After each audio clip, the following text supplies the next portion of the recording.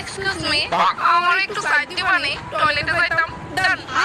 excuse me একটু side দাও না টয়লেটে যামু এক্সকিউজ মি একটু সাইড দাও না টয়লেটে যামু